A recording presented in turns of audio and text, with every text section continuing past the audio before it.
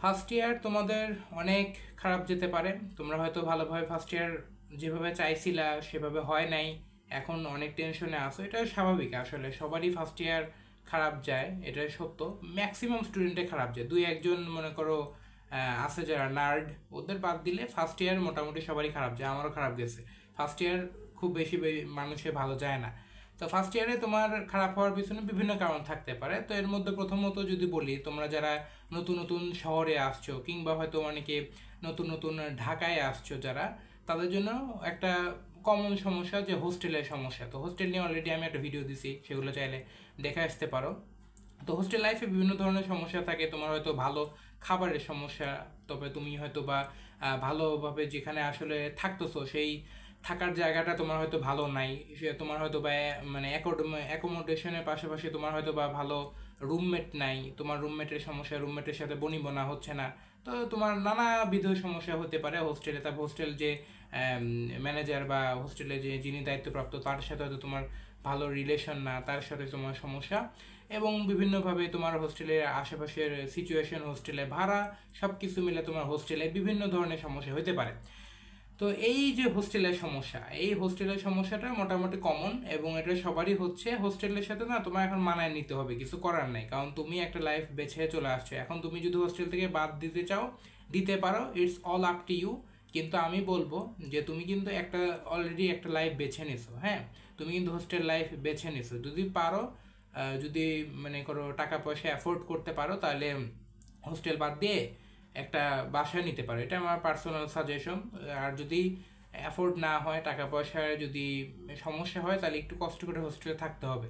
কারণ last of all তোমার main target কিন্তু বোর্ড পরীক্ষায় ভালো করা। এইচএসসিতে ইনশাল্লাহ জিপিএ 5 আনা, ইনশাল্লাহ অ্যাডমিশনে বুয়েট মেডিকেল ঢাবিতে চান্স পাওয়া, এটাই তোমার মেইন টার্গেট, তাই না? এই জন্যই তো তুমি হোস্টেলে আসছিলা। হোস্টেলে তো এমনি এমনি আসো নাই, তাই না? হোস্টেলে আসছিলা তো ওই জন্যই। হ্যাঁ, ওই জন্যই ঢাকায় একটা ভালো কলেজে পড়ার জন্য আসছিলা, ওই জন্যই তোমার মেইন উদ্দেশ্য যে তুমি ঢাকায় পা রাখছো। তো হোস্টেলে যদি আসো, হোস্টেলে যদি বুঝো, তাহলে এটা করো। এমন না যে হোস্টেলে থেকে কিছু করতে পারবে না, অবশ্যই হোস্টেলে থেকে অনেক কিছু করতে পারবা। তুমি ইনশাল্লাহ চান্স পাবা, জাস্ট তোমাকে এই কয়েকটা জিনিস তোমাকে মানে সেলফ কন্ট্রোল করতে হবে। তারপর আরও অনেক সমস্যা, যেরকম তুমি এখনো না পড়াশোনার হয়তো বা প্যাটার্ন বুঝতেই পারো নাই, যে পড়াশোনা আসলে কিভাবে পড়বো। তো এটা আসলে না হয়, কারণ কি দেখো, স্কুলে তোমরা একভাবে এক প্যাটার্নে পড়ে আসছো। এখন কিন্তু কলেজের পড়াশোনা বা এইচএসসি পড়াশোনা কিন্তু তোমার যদি বলি, সময় কম কিন্তু পড়াশোনা বেশি, মানে ভলিউমটা বেশি। তো তোমার এখানে মেইন সমস্যাটা হচ্ছে কি জানো, সেটা হলো যে তুমি যদি মনে করো একেবারে কলেজ, তারপরে তোমার অন্য কোনো টিউশন বাদ দিয়ে শুধু যদি বাসায় বসে পড়তা, তাইলে দেখতা কি যে তোমার এই পড়া পড়তে খুব বেশি হলে 5 থেকে 6 মাস বা খুব বেশি হলে 8 মাস লাগতো। এর বেশি লাগতোই না, আসলে এর বেশি লাগে না যদি ভালো মতো আরাম মতো দিনে 6 থেকে 7 ঘন্টা পড়ো। কিন্তু এটা তো খুব একটা করাটা মানে ডিফিকাল্ট, সাধারণত পসিবলই না বলতে গেলে।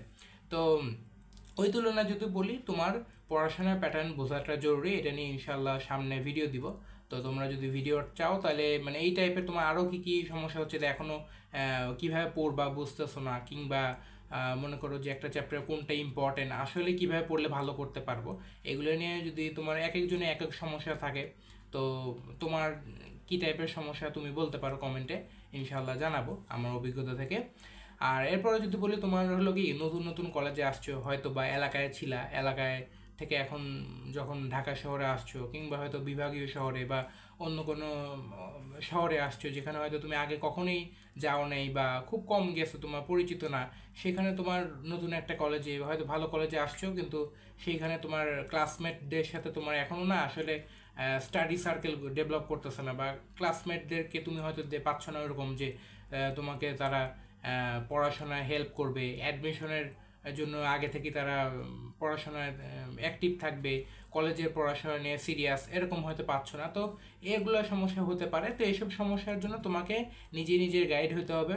আর এরকম ফ্রেন্ড সার্কেল যদি সম্ভব হয়, তাহলে ট্রাই করো যে এমন ফ্রেন্ড সার্কেল রাখতে যারা তোমার এই পড়াশোনা সংক্রান্ত বিষয়ে তারা হেল্প করে, এবং যারা একটু তুলনামূলকভাবে কম সিরিয়াস, তাদের সাথেও তোমরা অবশ্যই মিশবা, তবে যতটুকু প্রয়োজন অতটুকুই আয়োজন এইটার মধ্যে যেন থাকে। নাহলে আসলে যেহেতু এই লাইফটা তো বুঝতে পারতেছো যে এই 1.5 থেকে 2টা বছর তো কিন্তু তোমার তোমার জন্য ইম্পর্ট্যান্ট, অবশ্যই ইম্পর্ট্যান্ট। এরপরে যদি বলি তোমার কলেজের একটা ব্যাপার আছে, তুমি নতুন কলেজে আসছো, নতুন একটা সিচুয়েশন, তোমার হয়তো সিচুয়েশন বুঝতে সমস্যা হতে পারে। তো এই জন্য নতুন কলেজে নতুনভাবে তোমাকে মানায় নিতে হবে। এখন কিন্তু অলরেডি প্রায় ফার্স্ট ইয়ার পার করে ফেলছো। তোমরা হয়তো মানে যদি মামা খালা বা পাশে পাশে আন্টি তাদের কাছে যাও, তারা বলবে 1 বছর পড়ে ফেলছো, কিন্তু আসলে কিন্তু 6 থেকে 7 মাস বা খুব বেশি হলে 8 মাস 9 মাসের মতো পড়াশোনা হয়েছে তোমার।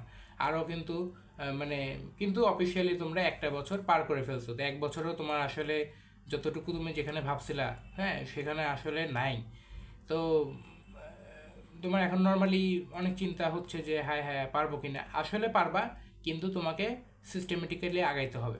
তারপরে যদি বলি তুমি ফার্স্ট ইয়ারে কেন এতদিন পারো নাই, হ্যাঁ, ফার্স্ট ইয়ারে এতদিন পারো নাই কেন, তেমন কারণ কি তোমার আসলে প্ল্যানিংই ঠিকঠাক মতো ছিল না। কারণ তুমি আসলে কিভাবে পড়বা, তুমি তো এর আগেই যেটা বললাম যে পড়াশোনা কিভাবে পড়তে হবে, প্যাটার্নটা কি, অল্প সময়ে কিভাবে ভালো মতো পড়তে হবে, এটাই তো তুমি এখনো ভালো মতো বুঝতেই পারো নাই। এটাই এই জন্যেই তোমায় পারতেছো না। আরও অন্য সমস্যা আছে, হ্যাঁ, এর সাথে অনেক রিলেটেবল প্রবলেম আছে যেটার জন্য তুমি পারতেছো না। তো এই জন্য তোমার একটা ভালো প্ল্যানিং থাকা জরুরি। নিজে নিজেই প্ল্যানিং করো, খাতা কলম নিয়ে বসে পড়ো, বা নিজে সবচেয়ে ভালো হয় খাতা কলম নিয়ে বসে নিজে মাথায় মাথায় প্ল্যানিং করলে ওটা ভুলে যেতে পারো। খাতা কলমে যদি লেখে প্ল্যানিং করো, কিংবা হয়তো তোমরা এখন মোবাইলে বিভিন্ন সফটওয়্যার ব্যবহার করে করতে পারো। তবে এটা সফটওয়্যার ব্যবহার করতে গেলে হয়তো তুমি যদি মোবাইলে আবার অ্যাডিক্টেড হয়ে যাও, তাহলে আবার আরেকটা প্রবলেম তৈরি হবে। তো এই জন্য তুমি যদি নিজে নিজে, হ্যাঁ, একা একাই যদি খাতা কলমে লিখে লিখে প্র্যাকটিস করতে যাও, খাতা কলমে লিখে লিখে যদি প্ল্যানিং করতে করো, তাহলে দেখবা কি অনেক কিছুর সমস্যা মিটমাট হয়ে যাবে। একটু প্ল্যানিং করে দেখো কালকে সারাদিনে কী পড়বা, তারপরে এই একটা লাস্ট নেক্সট উইকে আমি কি পড়বো, লাস্ট উইকে কতটুকু পড়ছিলাম, কতটুকু গ্যাপ আছে, এগুলো একটু ফাইন্ড আউট করে লিখে ফেলো।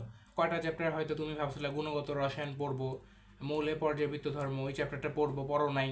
এখনও রাসায়নিক পরিবর্তন পড়ো নাই। হ্যাঁ, ভেক্টর চ্যাপ্টারে এখনও আধা পড়ছো, ভেক্টর ক্যালকুলাস পড়ো নাই। হ্যাঁ, ম্যাট্রিক্স আধা পড়ছো, নির্ণায়কের অংশ এখনও পড়ো নাই। এরকম হয়ে থাকলে লিখে ফেলো কোনগুলা পড়ো নাই। লিখে ফেললে দেখবা অনেক কিছু তুমি যখন পরবর্তীতে বুঝবা যে আমার এইটুকু এইটুকু সমস্যা। তুমি কি করতেছো, ওই যেগুলো এখনো যে চ্যাপ্টারগুলো এখনো পড়া হয় নাই, ও নতুন করে আবার ম্যাট্রিক্স পড়তে যাচ্ছ, আবার ওই শুরু থেকে পড়তেছো, পড়তে পড়তে আবার ভালো লাগতেছে না একই পড়া, তারপর আবার ওরকম থেকে যাচ্ছে। এরকম করে করলে কিছুই হবে না, বুঝছো? পরবর্তীতে আরও প্রেশার বাড়বে, আরও রেজাল্ট খারাপ হবে, আরও মনটা খারাপ হবে। প্ল্যানিং করো, প্ল্যানিং করাটা দরকার, প্ল্যানিং করলে হেল্প পাবায় ইনশাল্লাহ, আশা করা যায়। এরপরে ফাইনালি যেটা বলবো সেটা হলো যে তোমরা এখন আসলে বিভিন্ন ট্যাকটিক্যালি না বুঝতেই পারতেছো না যে আসলে কীভাবে আগাতে হবে। তো এটা নিয়ে ইনশাল্লাহ ডিটেল ভিডিও দিব। এটা আসলে যদি বলি তোমরা আরেকটু ইনশাল্লাহ যখন সেকেন্ড ইয়ারটা ভালো মতো শুরু করবা, আশা করি ইনশাল্লাহ সেকেন্ড ইয়ারে এটা কমপ্লিট হয়ে যাবে। এবং একটা কথা খালি বলি, তোমাদের এতদিন পরিস্থিতি ভালো ছিল না, সিচুয়েশন তোমার নিয়ন্ত্রণের মধ্যে ছিল না। ইনশাল্লাহ এখন তোমরা চেষ্টা করো, ট্রাই করলে ইনশাল্লাহ এই যে আর একটা বছরের মতো সময় আছে, মানে সেকেন্ড ইয়ারটা, ইনশাল্লাহ তোমরা ভালো করতে পারবা। করা যায়, মানুষ তাই করে। হ্যাঁ, ম্যাক্সিমাম স্টুডেন্ট তোমরা যারা বড় ভাইয়াকে দেখো, বড় আপুদের দেখো, তারা এরকম করেই পার হয়ে গেছে ম্যাক্সিমাম, এবং এটা সম্ভব, করা যায়। হ্যাঁ, আমি বললাম আমার অভিজ্ঞতা থেকেই বলতেছি। আর তোমাদের যদি এরকম আরও কোনো বেশি টিপস লাগে তাহলে বললেও কমেন্টে জানাও, ইনশাল্লাহ উত্তর দিয়ে দিব।